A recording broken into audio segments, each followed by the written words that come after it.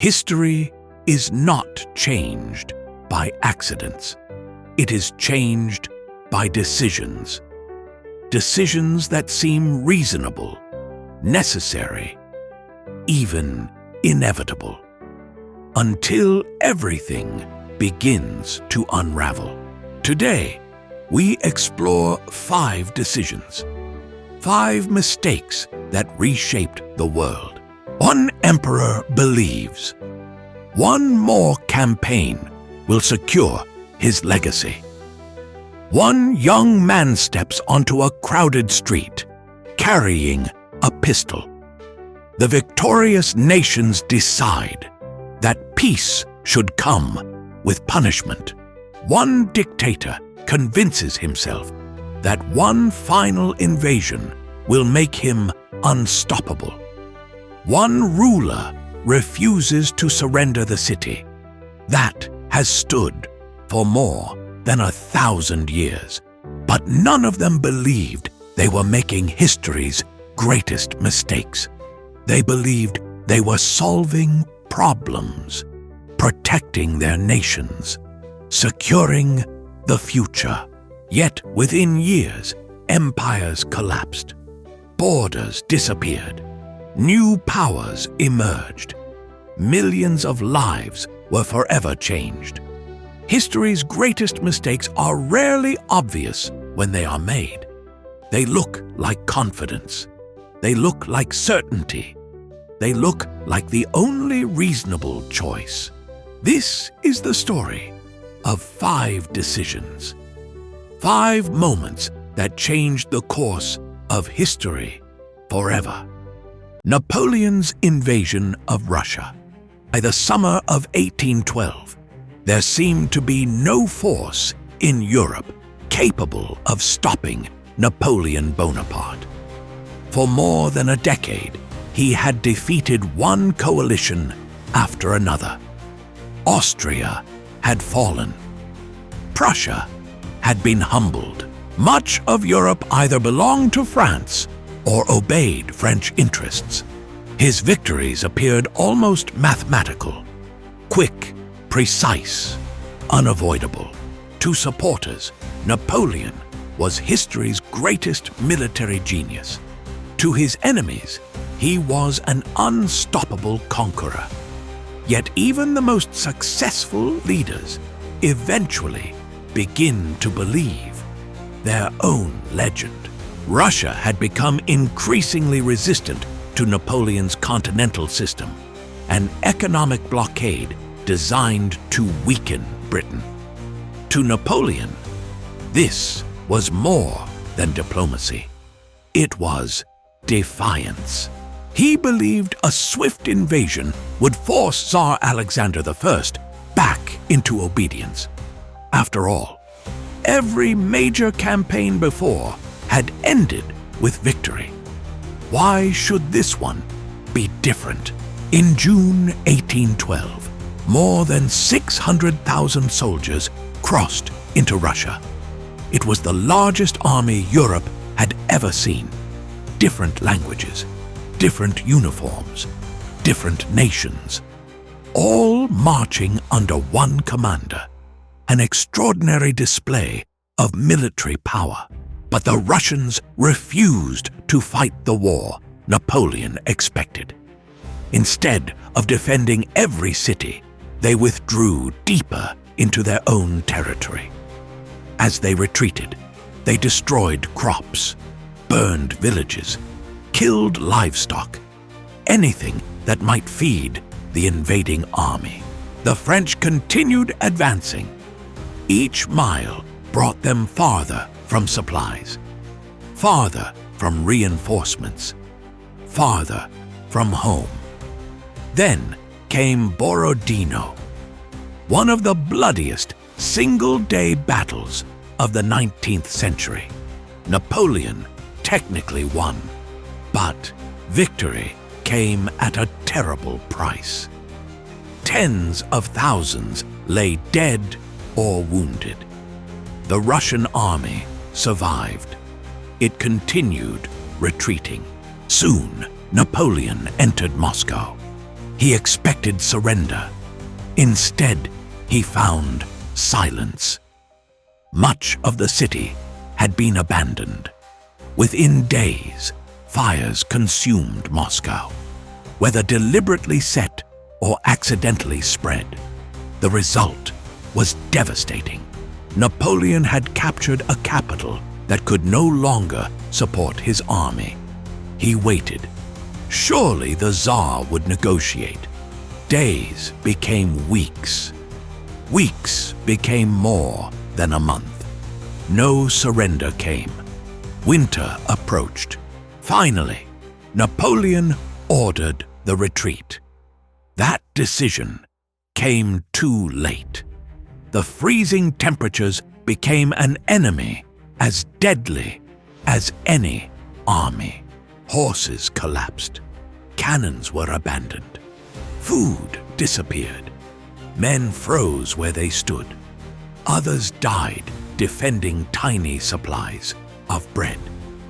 Disease spread through exhausted columns, already falling apart. The Grande Armée that had entered Russia as history's largest invasion force dissolved into chaos.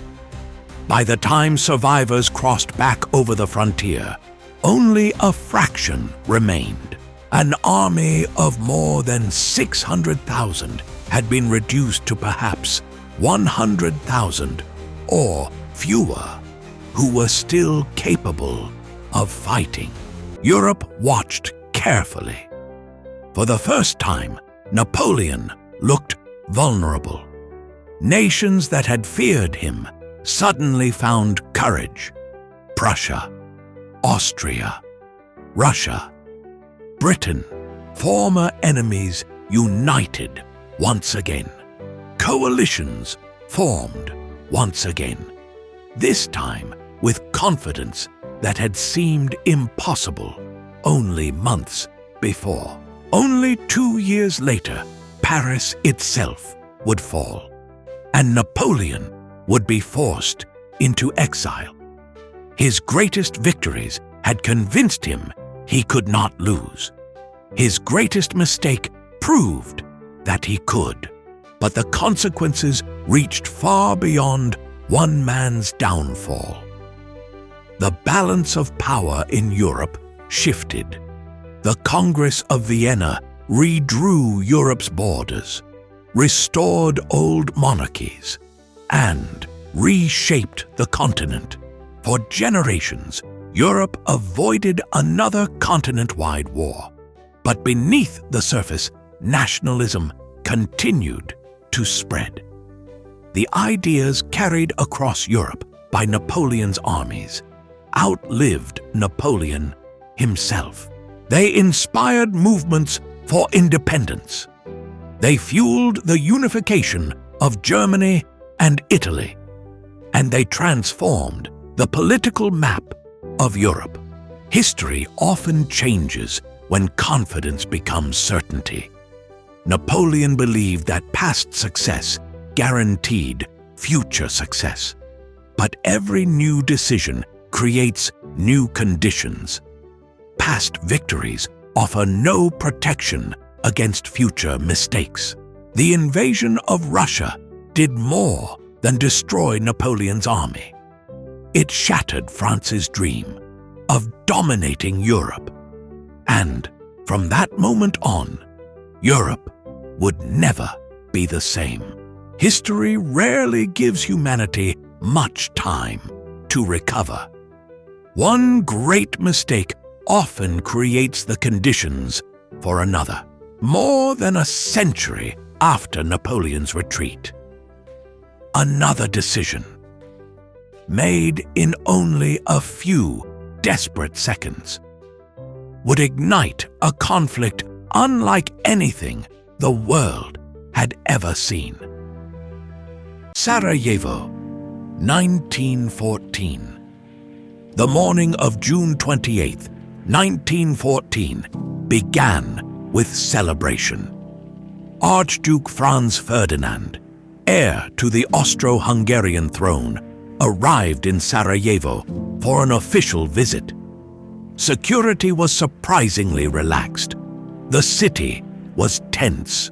Nationalist groups opposed Austro-Hungarian rule.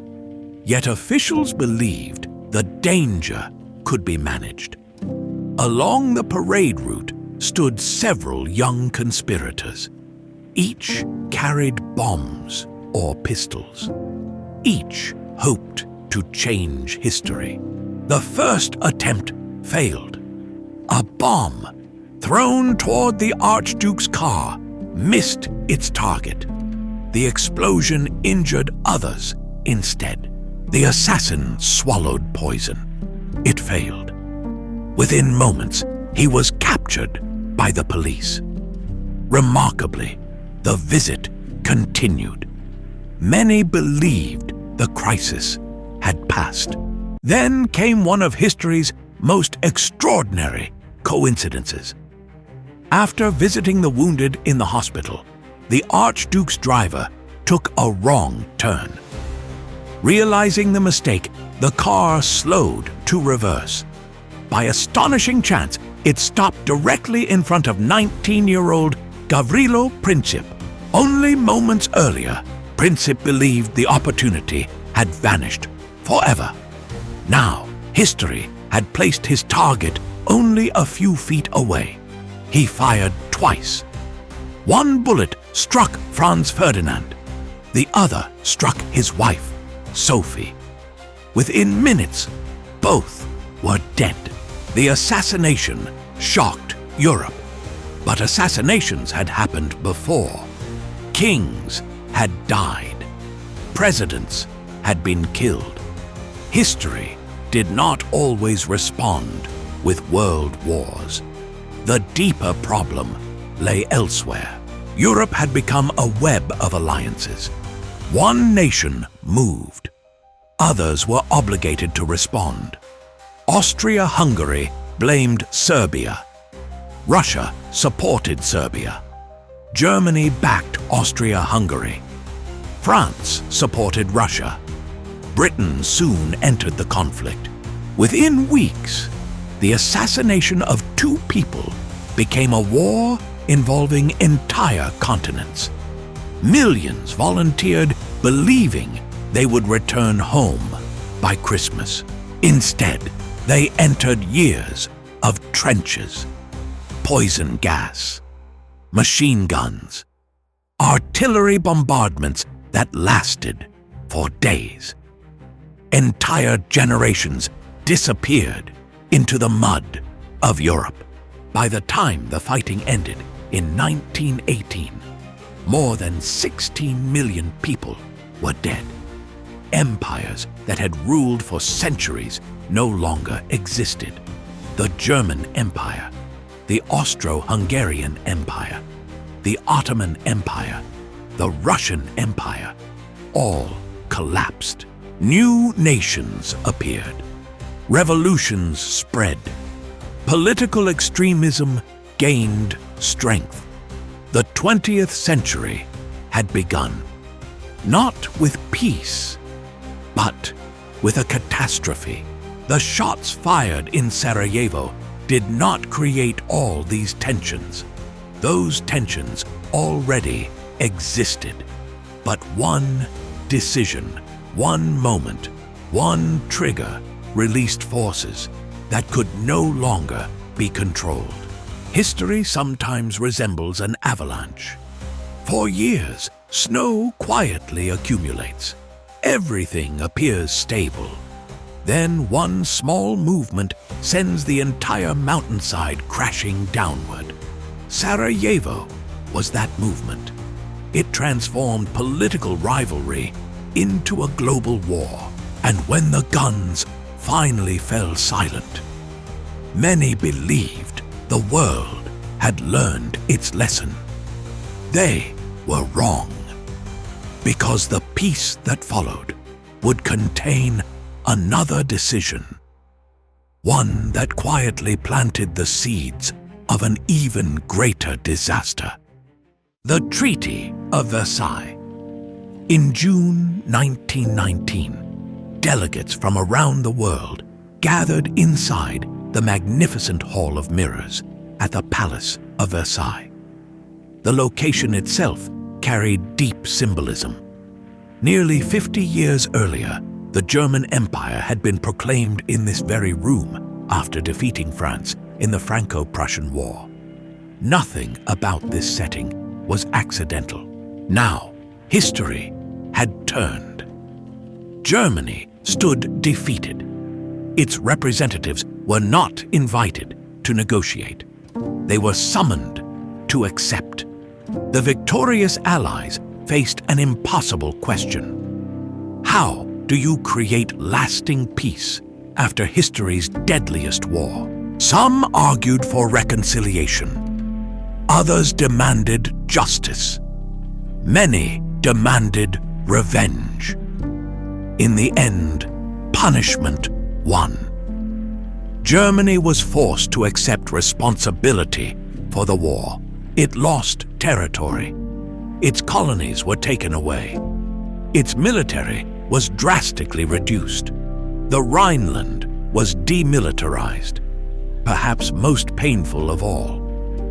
Massive reparations were imposed, placing an enormous burden on an already shattered economy. To many Allied leaders, these terms seemed entirely justified. After all, millions had died. Cities had been destroyed. Someone had to pay. The treaty appeared to offer security. If Germany remained weak, surely another war would be impossible. It seemed logical. It seemed responsible. But history often reminds us that humiliation is not the same as peace. Throughout Germany, bitterness grew. Many citizens believed they had been betrayed rather than defeated. Economic hardship deepened. Inflation spiraled out of control. Savings vanished almost overnight. Families who had once lived comfortably suddenly struggled to buy bread. Faith in democratic government weakened. Into that uncertainty stepped men offering simple answers. They promised to restore national pride, to overturn Versailles, to make Germany powerful again. Among them was an obscure former soldier named Adolf Hitler. He understood something many politicians overlooked. People suffering humiliation often become willing to believe dangerous promises. The Treaty of Versailles did not create Hitler, nor did it make another world war inevitable. History is never that simple. But it created fertile ground where extremism could grow. The peace had left millions convinced they had nothing left to lose.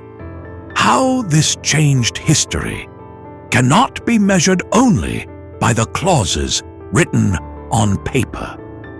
The treaty reshaped emotions. Resentment became a political weapon. National pride became a rallying cry, and within 2 decades, Europe once again stood on the brink of catastrophe. The attempt to secure peace had unintentionally prepared the conditions for another war. Sometimes, history's greatest mistakes are made not on battlefields, but around negotiating tables.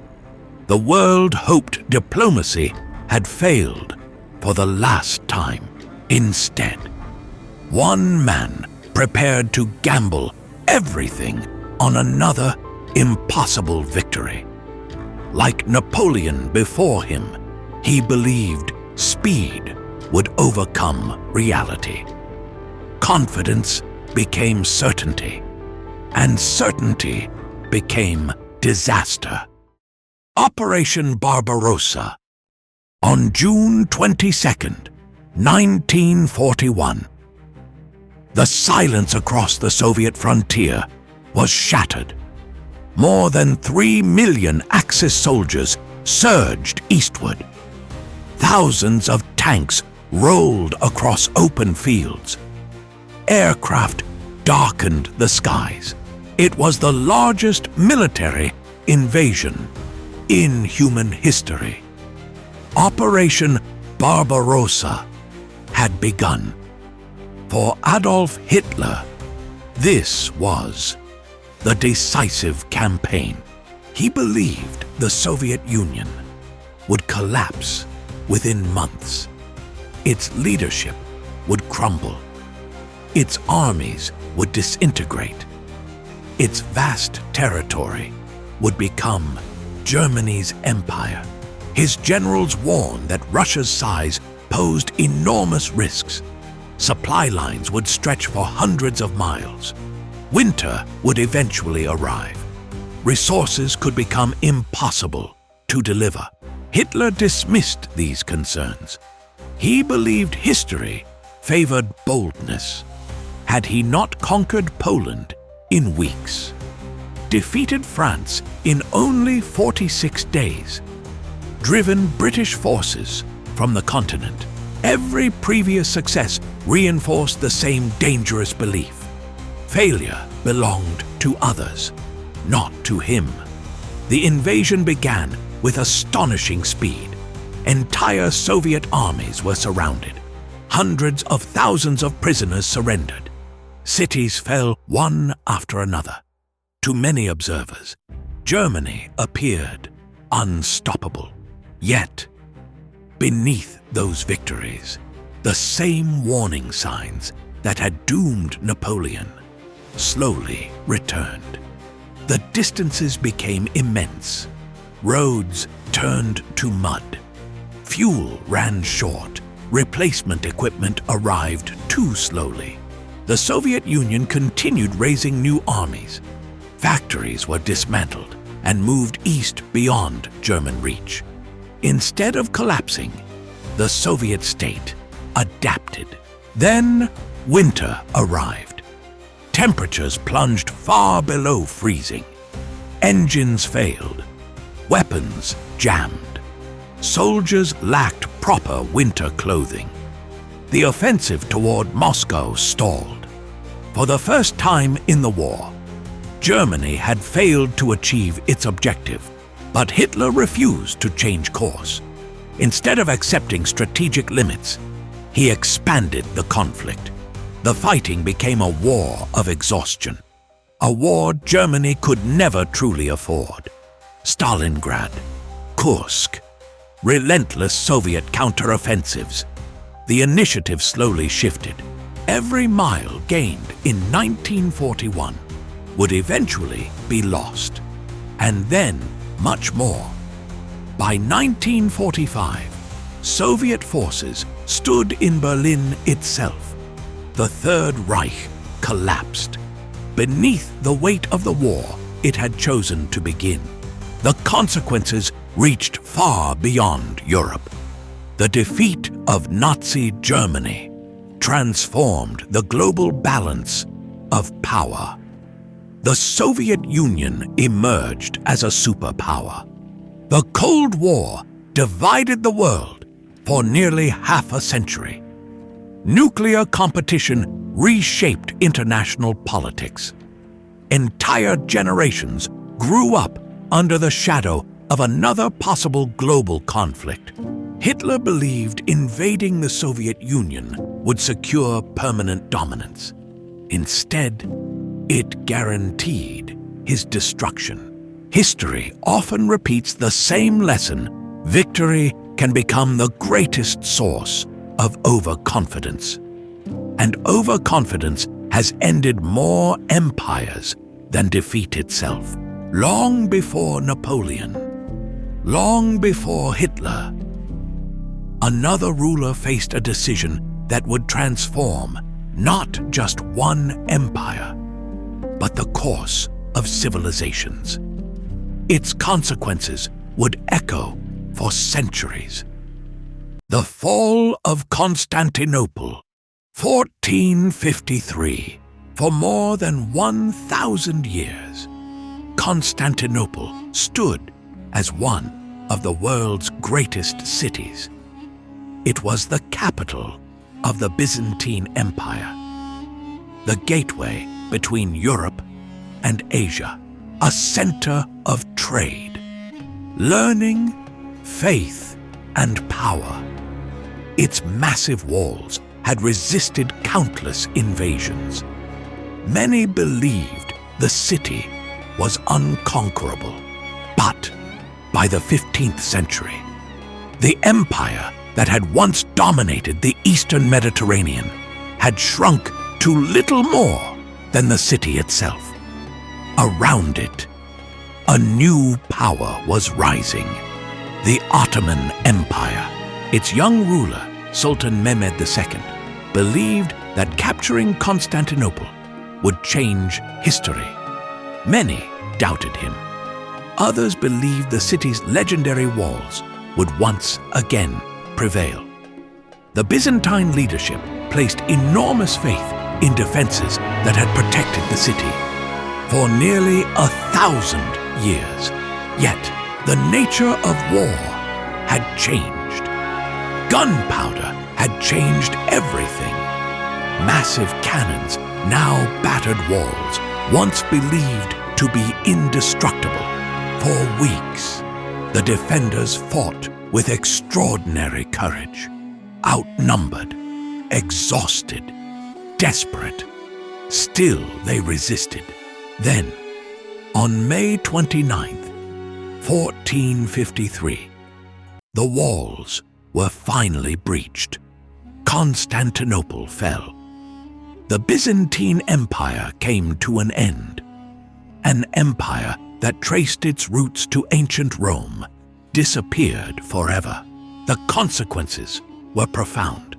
The Ottoman Empire emerged as one of the dominant powers for centuries to come. Trade routes between Europe and Asia shifted. European kingdoms began searching for new routes to the east. That search helped ignite the age of exploration. Within decades, Christopher Columbus sailed west. Vasco da Gama rounded Africa. The world became more connected than ever before. The fall of one city helped redirect the course of global history. It also marked the symbolic end of the medieval world. A new age was beginning. One decision, one siege, one city, and history moved into an entirely different era. Looking back, these decisions seem almost inevitable. But history never feels inevitable to those living through it. Its greatest turning points rarely announce themselves.